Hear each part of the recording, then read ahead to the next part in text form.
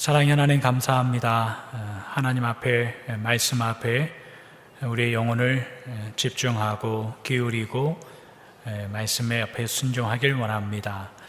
주님, 우리를 택하시고 우리를 통하여 하나님의 은혜와 사랑을 통과시키며 나누라고 하신 이 귀한 찬송을 함께 드리게 하시니 감사합니다. 하나님, 우리의 믿음과 고백이 되게 하시고 실제 우리의 삶에 은혜와 능력이 될 수 있도록 축복하여 주시옵소서.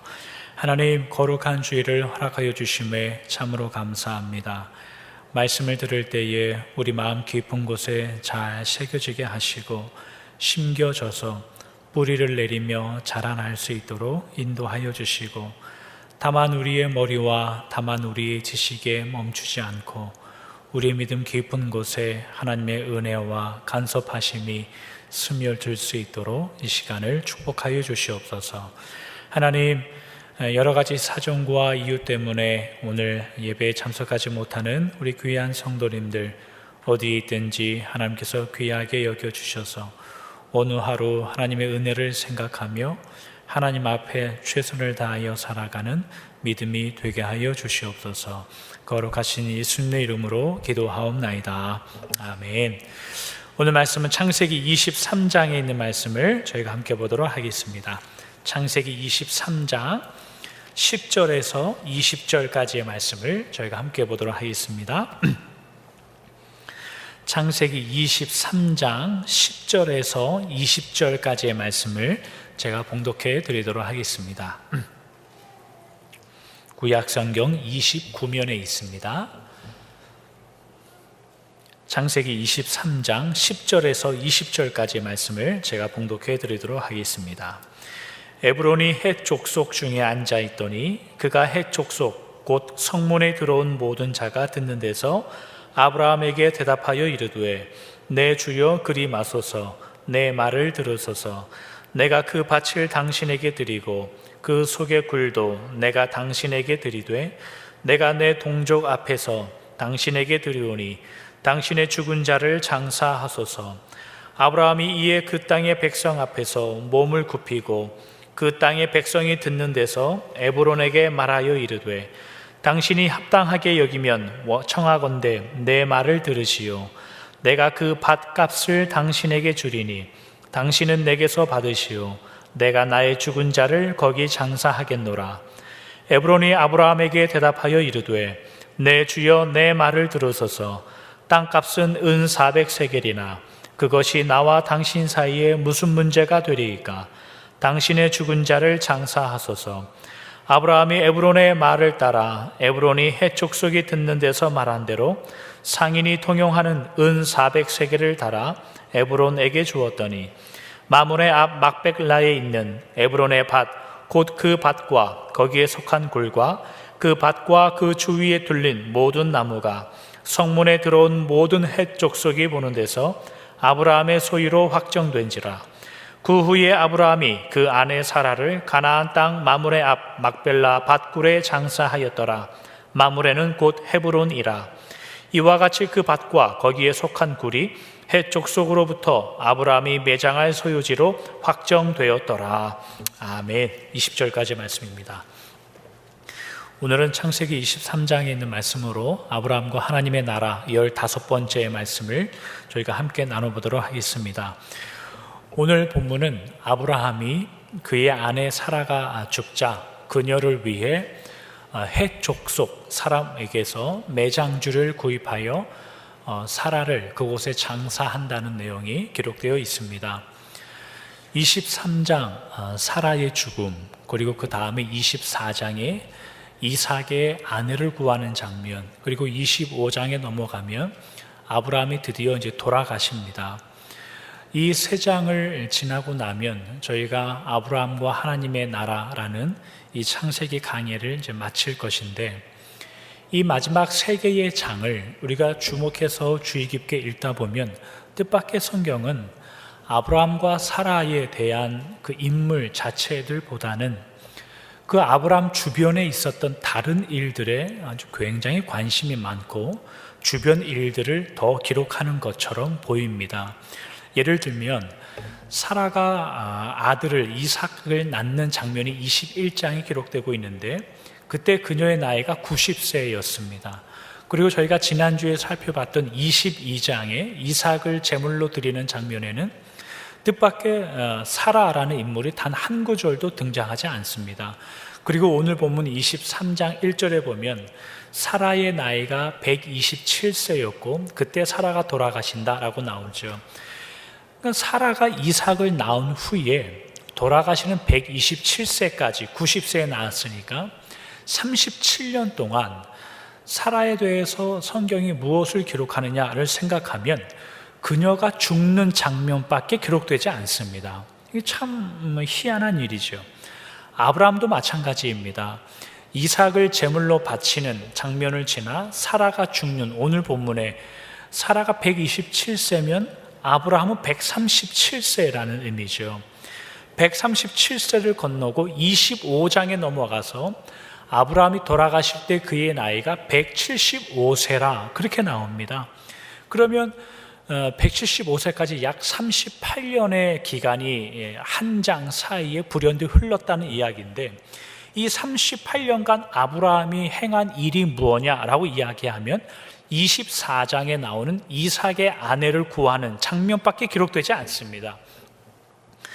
뿐만 아니라 그 오늘 본문 23장에 사라가 돌아가시고 그녀를 장사하기 위하여 이 무덤을 사는 이 내용들을 우리가 가만히 들여다보면 돌아가신 모든 민족, 모든 열방의 어머니였던 그 사라의 행적과 믿음에 대한 이야기, 기념하는 이야기가 등장하지 않고 오히려 마지막 20절의 결론이 어떻게 나오냐면 아브라함이 누구에게 또 어떻게 그 사라의 매장지를 구입하게 되더라의 말씀만 나옵니다. 그리고 24장 다음의 본문인데 24장의 내용을 이렇게 살펴보면 뜻밖의 그 24장 전체의 주인공은 아브라함이 아니라 아브라함의 모든 소유를 맡은 늙은 종의 이야기예요. 그러니까 아브라함이 거기에 주인공으로 등장하지 않아요. 다시 말하면 이삭이 제물로 바쳐지는 22장 이후에 아브라함과 하나님의 나라라는 이 전체 큰 틀의 주제의 핵심적인 내용은 아브라함과 사라라는 이야기가 아니라 더 이상 급격하게 그들에게는 관심이 없고 그 주변에 있는 사람들에게 관심을 가져요. 예를 들면 오늘 본문에 있는 헷족속이라는 주변 나라들의 이야기, 그리고 다음 주에 나오는 아브라함의 종의 이야기로 그 주인공이 바뀌어버린단 말이죠. 이런 어떤 배경과 생각을 가지고 오늘 저희가 읽었던 창세기 23장에 있는 내용을 저희가 한번 살펴보도록 하죠. 오늘 23장 2절에 보면 사라가 가나안 땅 헤브론에서 죽습니다. 그러나 우리가 지금까지 살펴봐왔듯이 아브라함과 사라는 이 가나안 땅 헤브론이 아니라 브엘세바에서 살고 있었죠. 브엘세바는 블레셋 땅입니다. 블레셋 땅. 그 브엘세바에서 이삭이 태어났고 이삭이 제물로 바쳐지는 수십 년 동안 그곳에서 그의 아브라함의 가족들이 살고 있었죠. 이삭의 제물을 바치는 그 순간까지 그 이 사건이 끝나고 22장 19절 같은 데 보면 아브라함이 이삭을 데려와서 다시 브엘세바에 가서 살게 되는, 계속 그렇게 살았단 말이죠. 브엘세바에서 헤브론까지 거리가 약 65마일 정도 돼요. 근데 왜 아브라함이 느닷없이 헤브론으로 이사 와서 거기서 사라가 죽을까를 생각하면 타당한 생각은 뭐냐면 아브라함은 아직까지 그의 가축을 다스리는 목축업을 하고 유목민으로 살기 때문에 아마도 푸른 초장에 있었던 헤브론 땅으로 이사 왔을 수도 있다라는 이제 그런 생각을 해볼 수 있고, 그런데 우리는 이제 이렇게 한번 생각해 보자 이겁니다. 어떤 구절이냐면 창세기 13장 17절과 18절에 있는 말씀입니다. 너는 일어나 그 땅을 종과 횡으로 두루 다녀보라. 내가 그것을 너에게 주리라. 이에 아브라함이 장막을 옮겨 헤브론에 있는 마므레 상수리 수풀에 이르러 거주하며 거기서 여호와를 위하여 제단을 쌓더라. 13장에 있는 내용 우리가 잘 아는 내용입니다. 아브라함과 조카 롯이 다스리는 가축의 숫자가 많아지자 서로 갈 길을 가서 흩어지는 내용인데 조카 롯도 어엿하게 한 가축, 굉장히 많은 가축을 가지고 있었다는 뜻입니다. 롯이 다스리는 목자들이 많이 있었다는 뜻이고, 그 목자들이 관리하는 가축들이 그렇게 많이 있었다는 거죠. 그래서 아브라함이 생각할 때에 하나님의 나라를 이루어 간다는 그 의미가 다만 많은 사람들과 많은 가축의 이야기가 아니었기 때문에 그 조카 롯과 헤어질 수 있었다는 뜻인데, 하나님께서 이러한 아브라함을 굉장히 귀하게 보셨다는 겁니다. 그때 하나님이 아브라함에게 나타나서 하는 말씀이 뭐냐면, 종과 횡, 동서남북을 바라보아라. 내가 그 땅을 너에게 주겠다라는 약속을 주시죠. 그때 아브라함이 하나님께 제단을 쌓고 정착하여 살았던 게 이 헤브론이란 말이죠. 그러니까 오늘 본문에 아브라함이 약속의 아내, 하나님께서 열국의 어머니로 삼겠다라고 했던 이 사라가 아마도 병에 걸렸던지 아니면 건강이 갑작스럽게 악화되었던지 어떤 그러한 배경, 성경에 나오지는 않지만 그러한 현실을 당하자 아마도 아브라함이 하나님께 약속을 받아 거기에 제단을 쌓아 하나님께 기념하여 살았던 그 헤브론을 기억하였던 것 같습니다. 그래서 헤브론으로 돌아오지 않았는가. 이게 이제 오늘날 저희가 생각할 수 있는 가장 타당한 생각이에요. 그렇게 해서 헤브론으로 돌아왔는데, 그리고 이제 사라가 돌아가시는 거죠. 그러나 이렇게 돌아온 사실은 현실만 있는 거죠. 돌아온 그것만 남아 있는 거예요. 아브라함이 돌아왔다고 해서 내가 오래전에 여기 제단을 쌓고 내가 여기 오래 거주하였으니 이 헤브론은 내 땅이다 라고 할 수 있을지 못하는 거죠. 왜냐하면 그 헤브론이란 땅은 지금 헷족속 사람들이 거기에 거주하여 그들의 소유로 살고 있는, 삼고 있는 땅이기 때문에 그래요. 아브라함의 집의 규모, 아브라함의 재력, 아브라함이 가지고 있었던 이 힘과 권세로 따지면 그는 충분한 나라로서 한 땅을 선택하여 거기에 거주하며 살아갈 수도 있었을 거예요. 그리고 여기가 하나님의 세우실 땅과 나라다라고 하나님의 나라라는 명명을 주어서 거기에 살아갈 수도 있었겠는데 지금 우리가 지금까지 살펴봐왔던 아브라함과 사라는 자신을 통하여 세우실 그 하나님의 나라가 이 가나안 땅, 이 의미를 더 넘어서 더 나은 본향, 하늘에 있는 더 나은 본향이라는 것을 여전히 그가 알고 있었기 때문에 그는 자신을 어떻게 소개하냐면 나는 여전히 나그네고 나는 여전히 거류하는 사람이다 라고 해적 속에서 자신을 소개해요. 그러니까 재력이 없어서 집을 세울 만한 힘이 없었다거나 사람이 부족해서, 종들이 부족해서 한 나라를 세울 수 없는 그런 사람이 아니라, 그래서 정처 없이 떠돌아다니는 그런 의미가 아니라, 그들은 하나님께서 그들을 통해 나를 통하여 세우려고 하는 그 집, 나를 통하여 세우려고 하는 하나님의 나라라는 의미를 하나씩 하나씩 깨달아가면서 자신들이 살아가는 인생의 목적과 부르심의 길이라는 것을 확실히 알고 있었다라는 뜻입니다. 이 시점에 아브라함은 굉장히 중요한 거예요. 내가 지금 나그네입니다 라는 것은 하나님께서 지금까지 인도하셨는데 별게 없었습니다 라고 한숨 쉬며 체념하는 듯한 표현이 아니라 드디어 아브라함이 우리가 알고 있는 더 나은 본향을, 나그네와 같은 인생을 살고 있다를 깨닫는 그런 아브라함이 되었다는 뜻입니다. 아브라함은 사라의 매장지를 구하기 위해서 그 헤브론 땅을 소유하고 있는 헷 족속에게 묻습니다. 그 한 굴을 나에게 파십시오. 그래서 헷 족속 사람들이 하는 이야기가 뭐냐면 원하는 대로, 필요한 대로 얼마든지 가져다 쓰십시오. 그렇게 말하죠. 아브라함은 아닙니다. 제가 반드시 값을 주고 제가 그 땅을 사겠습니다. 이제 그런 대화가 오고 갑니다. 오늘 본문에. 왜 그랬을까를 생각하면 아마도 그 땅의 소유권에 대한 문제 때문에 그렇지 않았는가 생각합니다. 아무리 필요한 만큼 땅을 가져다가 내 아내를 장사하는 매장지를 삼더라도 그 땅의 주인은 여전히 헷 족속이라면 나중에 시간이 흐른 다음에 어떤 일이 일어날지 모르는 겁니다. 그리고 고대 사회일수록 땅에 대한 개념이 오늘날보단 더 중요한 개념입니다. 오늘날에야 뭐 한 평에 얼마 주고 한 스퀘어핏에 얼마 줘서 그냥 팔고 사고 할 수 있지만 고대로 올라가면 올라갈수록 땅이라는 개념은 조상들, 선조들에게 물려받은 가문의 생명과 가문의 기업이라는 의미가 더 강했기 때문에 그 땅의 일부를 매매하여 주고 사는 그런 일은 일어나지 않는 겁니다.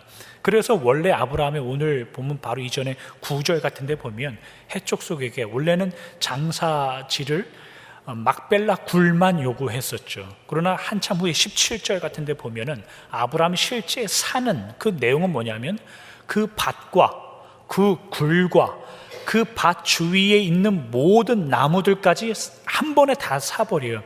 그러니까 그 주변에 있었던 일대의 큰 부지 같은 거, 오늘날 미국식의 표현하면 어떤 큰 한 랏을 산단 말이죠. 한 부분만 살 수 있는 그런 내용이 아니에요.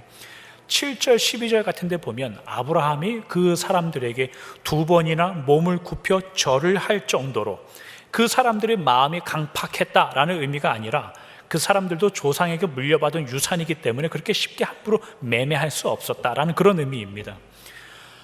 얼마를 주고 매매를 했냐면 15절 16절에 보면 은 400세겔을 주고 그 땅을 매매를 합니다. 재밌는 사실은 여러분들이 나중에 사무엘하 24장 24절 이런 데를 한번 찾아보시면 다윗이 그 성전의 터를 나중에 이제 솔로몬 시대 성전을 짓기 위해서 아라우나라는 사람에게 가서 타작 마당을 돈 주고 사옵니다. 근데 우리가 아는 그 성전 터라는 것이 단순히 교회 건물 하나 짓고 이런 수준이 아니지 않습니까? 성전에 굉장히 큰 터를 짓는데 그 아라우나의 타작 마당을 얼마에 사오냐면 은 50세겔을 사와요. 은 50세겔. 그리고 나중에 여러분들 예레미야 같은 데 보면 예레미야가 그 자기의 조카로부터 밭을 그 바벨론에 쳐들어오자 이 친구가 도망가면서 예레미야에게 밭을 팔고 도망가요. 근데 그 밭을 얼마에 사냐면 예레미야가 17세겔을 사와요. 17세겔.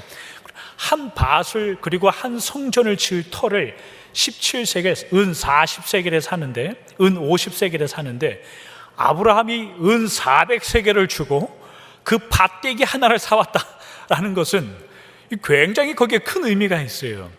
사실 아브라함은 그 소돔과 고모라 그 성 멸망할 때 하나님과 얼마나 대화를 주고받습니까? 50사람부터 시작해서 10사람까지 떨어질 정도로 굉장히 내고하는 일에, 딜하는 일에 전문가였단 말이죠. 자기의 생명을 걸고, 그럼에도 불구하고 400세겔입니다. 그냥 그거 주고 끝내버리는 이러한 아브라함을 보면 아브라함이 어떠한 마음으로 자신의 아내의 매장지를 사고 있는지 우리가 곰곰이 여러분들이 성경을 개인적으로 읽을 때 묵상할 만한 대목이 거기에 있는 겁니다.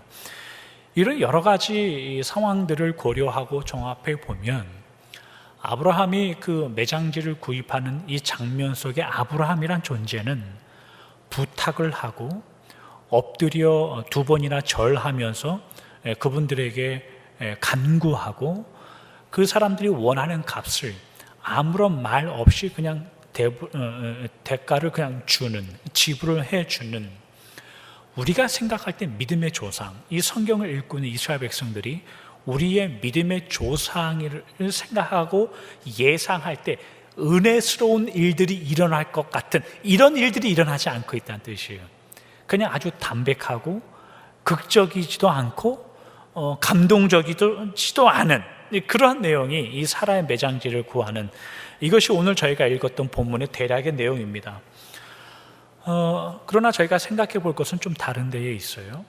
저희가 더 깊게 따져볼 것은 뭐냐면 이 해족 속 사람들이 아브라함을 어떻게 부르고 어떻게 이해하고 있느냐의 문제입니다.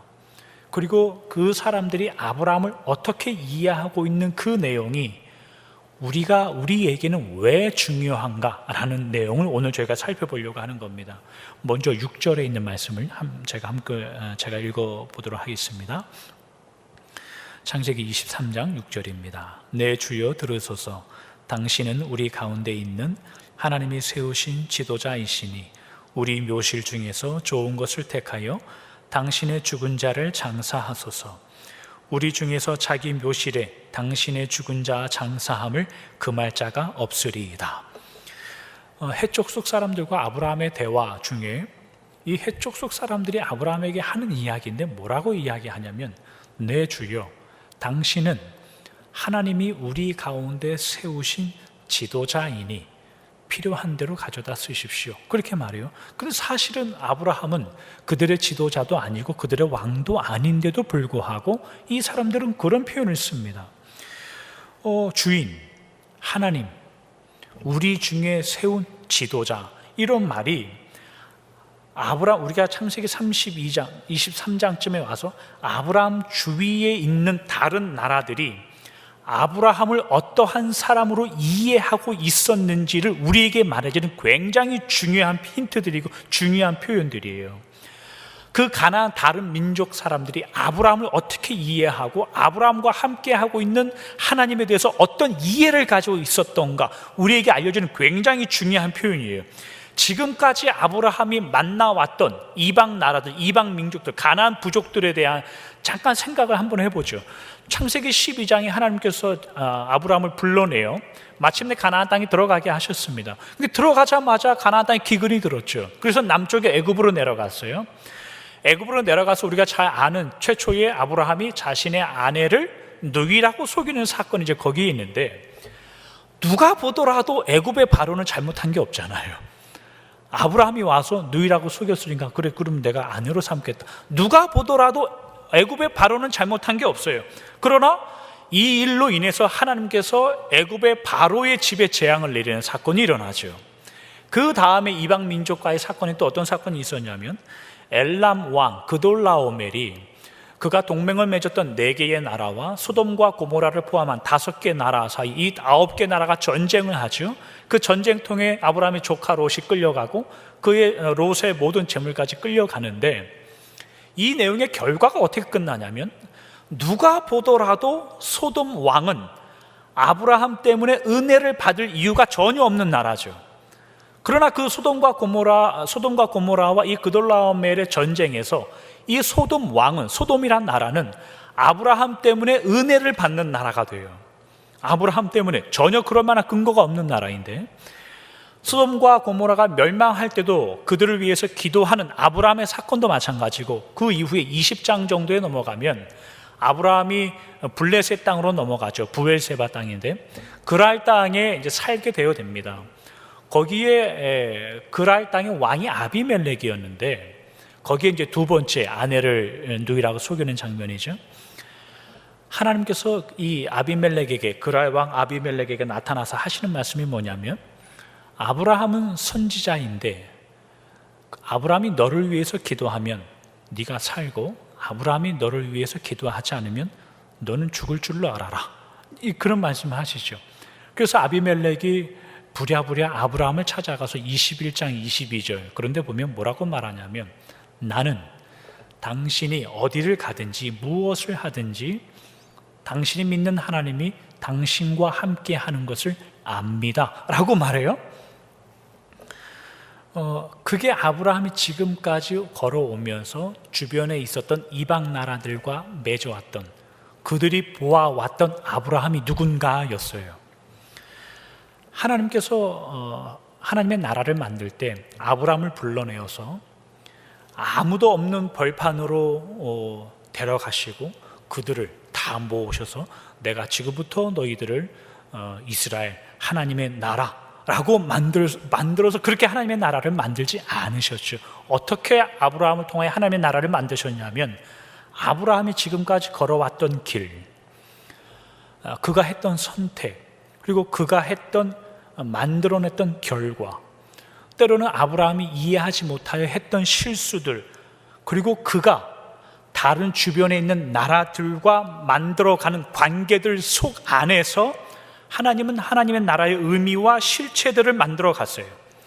그래서 하나님의 나라, 아브라함을 통하여 하나님의 나라라는 의미가 어느 날 느닷없이 불쑥 나타나서는 믿음이 없는 나라들과 전쟁하고 치고받고 싸워서 그것을 빼앗아 전쟁을 통하여 그들을 무찔러서 이겨서 하나님의 나라를 확장해 가는 게 아니라, 하나님이 어떻게 확장해 나가냐면, 그는 아브라함 되는 것밖에 살지 않았었어요.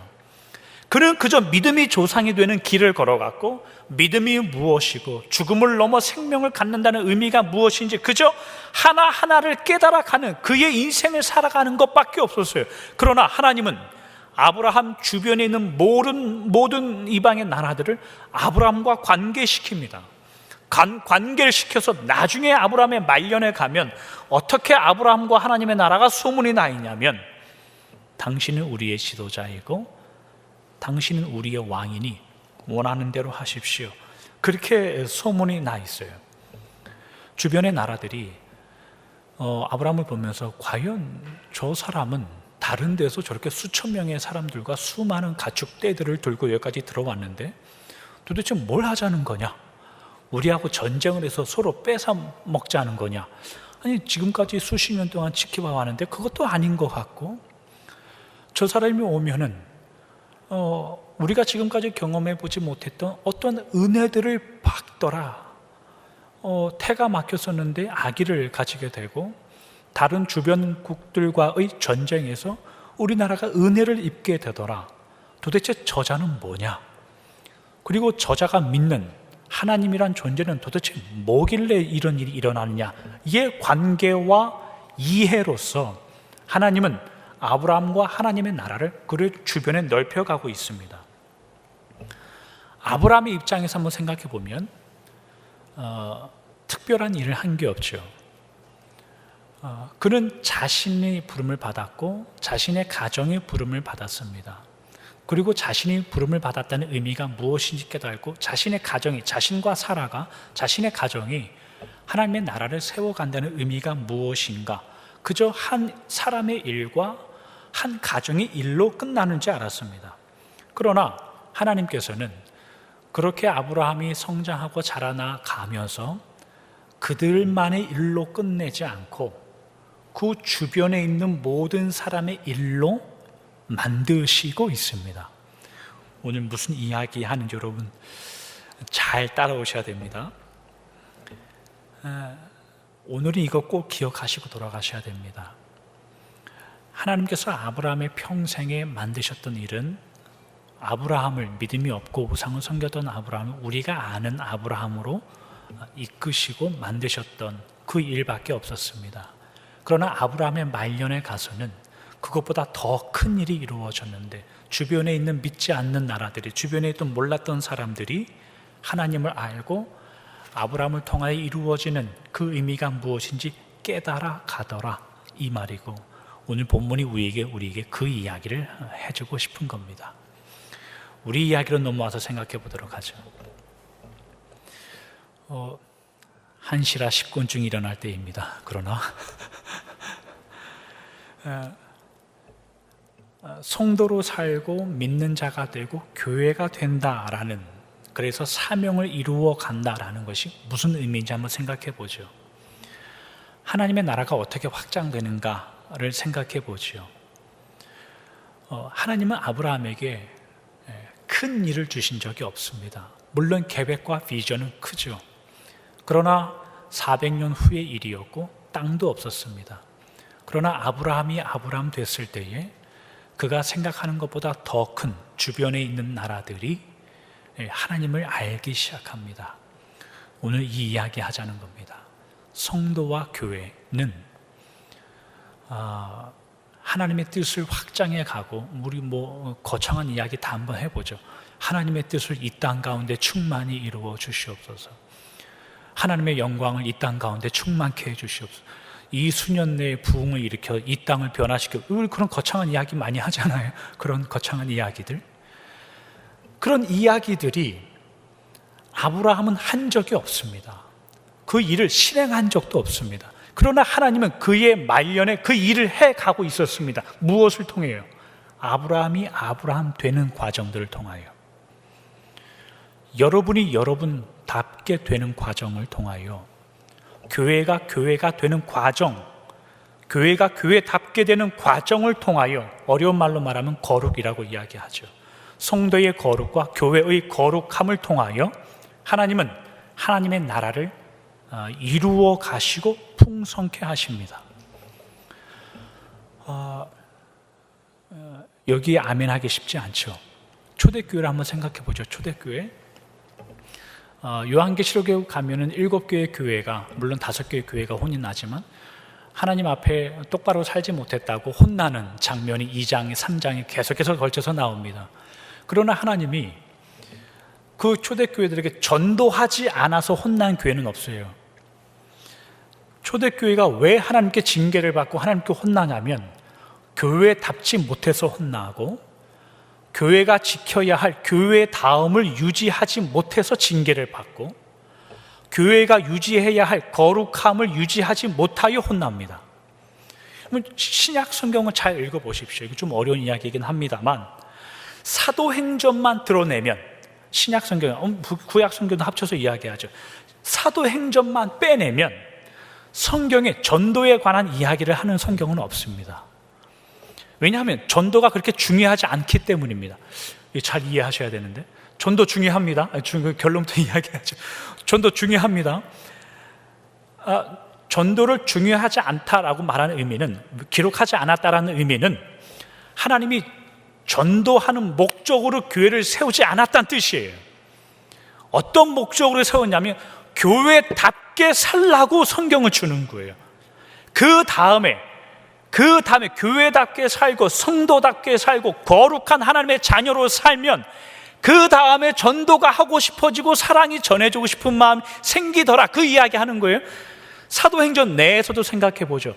사도 바울만 빼면, 사도행전 내에서 사도 바울만 빼면 전도한 사람 없어요.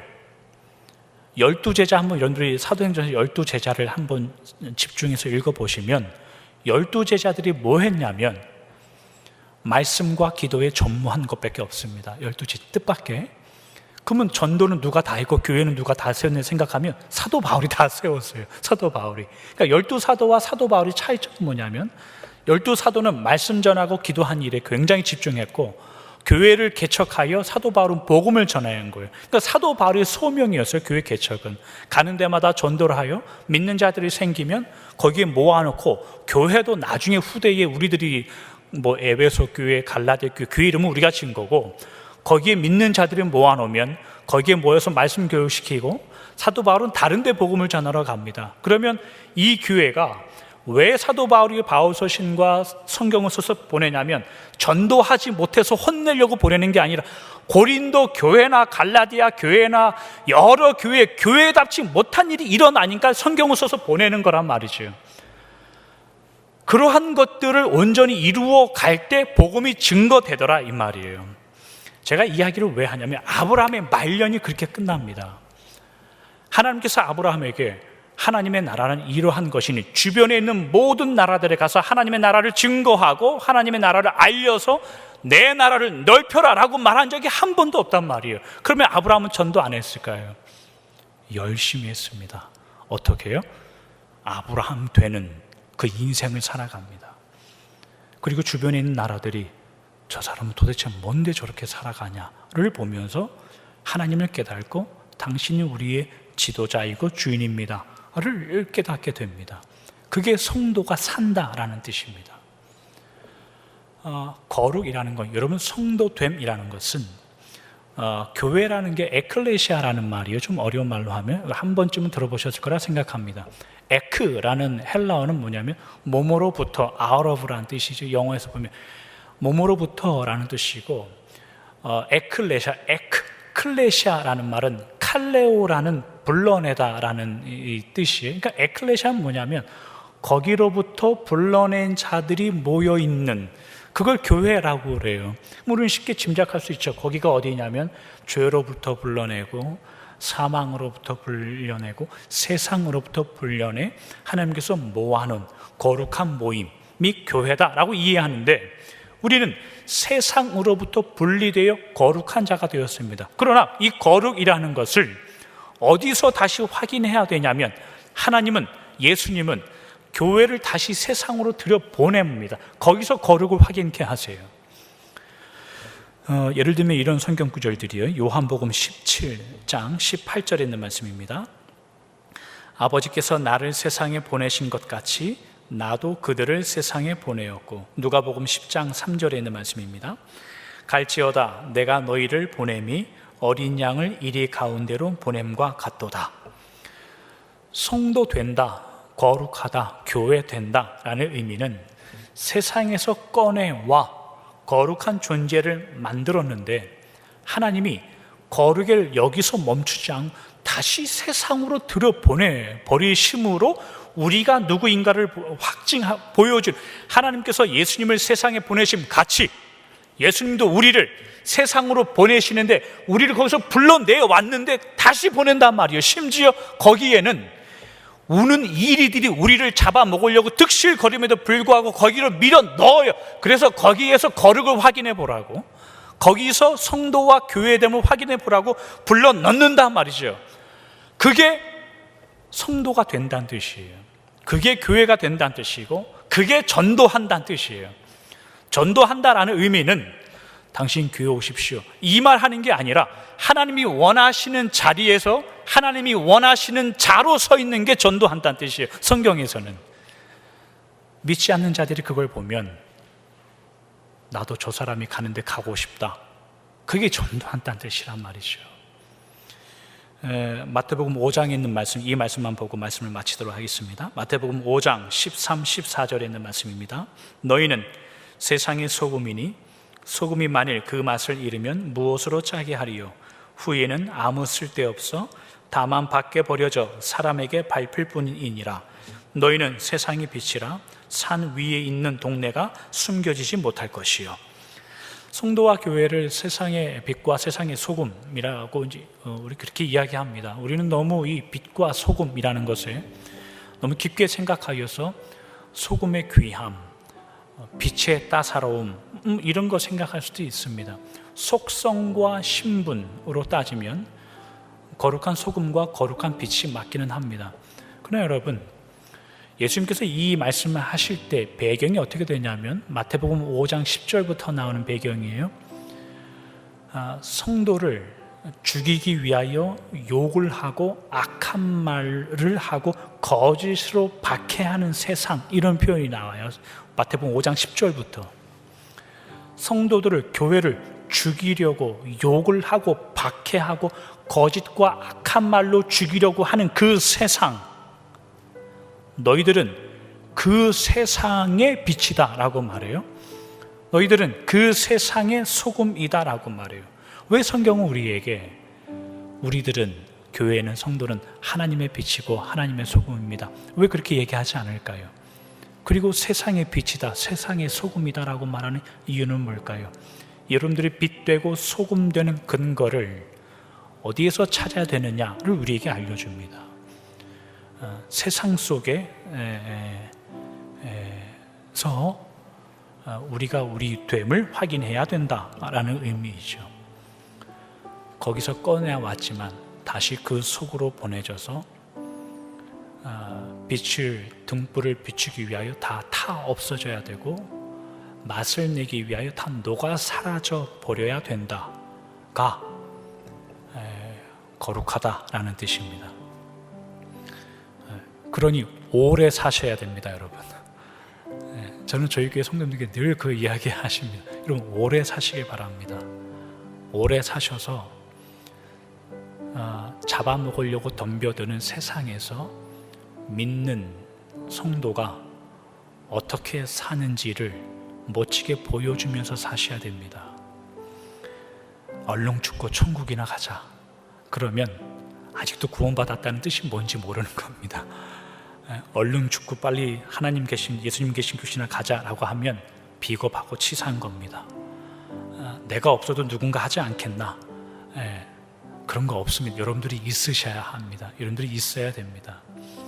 형식으로 하셔도 안 되고 외식으로 하셔도 안 되고, 내가 가야 할 길을, 내가 해야 할 그 일을 누군가가 대신 하겠지, 내가 없으면, 그렇게 생각하셔도 안 됩니다. 저 사람 때문에 교회를 나올 수가 없다 라고 하나님 앞에 가서는 핑계댈 수 없습니다. 아픔이 있을 수 있겠죠. 그러나 잘 회복하셔야 됩니다. 이런 고난과 환경 가운데 하나님 어떻게 신앙생활 잘 할 수 있겠습니까? 그러나 하나님께서 여러분들에게 주신 각자의 그 인생의 과정들과 정황들을 잘 살아가셔서 아브라함이 자기 주어진 그 소명의 길을 살다 보니 주변에 있는 나라가 변화되듯이 여러분들도 그 길을 가셔야 됩니다. 우스운 이야기 하나 하고 말씀을 마치죠. 어느 시골에 할머니가 교회를 늦지막히 다녀서 이제 세례를 받을 때가 됐어요. 이제 세례 문답 공부를 열심히 해도 잘 이제 외워지지가 않으니까 이제 어려움을 당했던 모양입니다. 그러니까 며느리가 그 시어머니에게 찾아와서 하는 이야기가 뭐냐면, 어머니, 목사님이 예수님께서 누구 때문에 돌아가셨냐고 물으면 반드시 내 죄 때문에 돌아가셨다고 대답을 하셔야 됩니다. 안 그러면 세례를 못 받습니다, 어머니. 그러니까 알았다. 그러고 갔어요. 목사님이 할머님, 어르신, 예수님은 누구 때문에 돌아가셨습니까? 걔가 그러는데, 걔 때문에 돌아가셨다고 하는데, 목사님 나도 몰랐어요. 걔가 그렇게 나쁜 애인지. 이러면 재미없는 거죠. 내 길은 내가 가는 거고, 여러분들이 살아가야 할 거룩은 여러분들이 살아내셔야 됩니다. 그래야 여러분들 주의가 바뀝니다. 그러한 돌아오는 한 주 동안 그러한 인생을 살아가시길 주님의 이름으로 축원합니다. 기도하겠습니다. 하나님 감사합니다. 아브라함의 인생 마지막에 이상하게 성경에 특별한 것이 기록되지 않습니다. 오히려 아브라함이 하나님의 뜻과 믿음과 그 소명의 길을 잘 이해하였을 때에 그 주변에 있는 나라들이 그 아브라함을 어떻게 이해하게 되고, 그 주변에 있는 나라들이 그 하나님과 그 나라가 무엇인지 그들도 알게 된다는 내용을 뜻밖의 성경이 기록하고 있습니다. 하나님, 이것이 성도가 살아가는 길이고 성도가 마땅히 걸어가야 할 성도의 모습인 것을 우리가 압니다. 하나님, 우리는 신앙생활 하면 할수록, 믿음이 깊어지면 깊어질수록 우리 마음 깊은 곳에 무엇이 쌓여지고 있고 무엇이 남겨지고 있는지 잘 알지 못할 때가 참 많이 있습니다. 하나님, 우리가 성도의 올바른 길을 걸어갈 때에 우리 주변에 나 때문에 하나님을 아는 자들이 많아지게 하시고, 그저 묵묵히 하나님이 주신 그 소명의 길을 걸어갈 때에 우리의 가정 때문에 하나님을 아는 자들이 생겨날 수 있도록 주님 은혜를 더하여 주시옵소서. 하나님, 아직 갈 길이 멉니다. 하나님, 이해할 것이 너무나 많이 있고, 하나님, 우리가 마음속에 담가놔야 될 것이 너무나 많이 있습니다. 그래서 주님 믿음이 필요하고, 그래서 주님 결단이 필요합니다. 우리 열린교회에 참석하는 모든 성도님들, 그 가정들 위에 하나님께서 은혜를 부어주시사 하나님이 원하시는 그 거룩한 모습, 하나님이 원하시는 그 믿음의 모습으로 더욱더 온전히 세워질 수 있도록 주님께서 인도하여 주시옵소서. 그래야 각 가정이 있는 그 장소마다, 각 심령이 가는 데마다 하나님이 원하시는 아름다운 뜻과 하나님의 사랑과 복음과 십자가가 전해질 수 있는 거룩한 길을 살아갈 수 있도록 축복하여 주시옵소서. 거룩하신 예수님의 이름으로 기도하옵나이다. 아멘.